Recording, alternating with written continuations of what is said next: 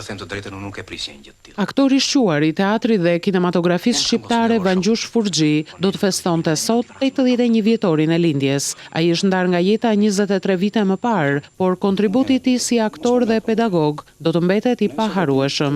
Vangjush Furxhi lindi në Korçë më 24 mars 1943 dhe kreu studimet në Shkollën e Lartë për Aktor. Në vitet 1966-1972 ai punoi si aktor në Teatrin Profesionist të Korçës, më pas si pedagog dhe shef katedre në Institutin e Lartë të Arteve. Ai ka mbajtur edhe postin e zëvendësministrit të Kulturës, Rinisë dhe Sporteve. Vangjush Furxhi ka interpretuar mjaft role në teatr dhe 15 role në kinema, duke filluar me një rol episodik në filmin O shëtim në Bregdet. Ndër filmat e interpretuar prej tij janë I teti në bronz, Malet me bleri mbuluar, Gëzhoja e vjetër, Plumba perandorit, Agimet e stinës së madhe, Njeriu I mirë, Kur zbardhi një ditë, Dora e ngrohtë e të tjerë. Aktrimi I tij u shqua për vërtetësi në mishërimin e karaktereve të ndryshme, sidomos të atyre që vinin nga shtresat sociale të nënpunësve dhe intelektualëve.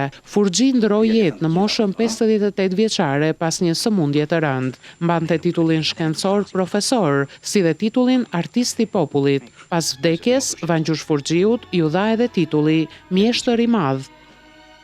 Absolut në gjendë një vajzë të mirë tani edhe, ëh.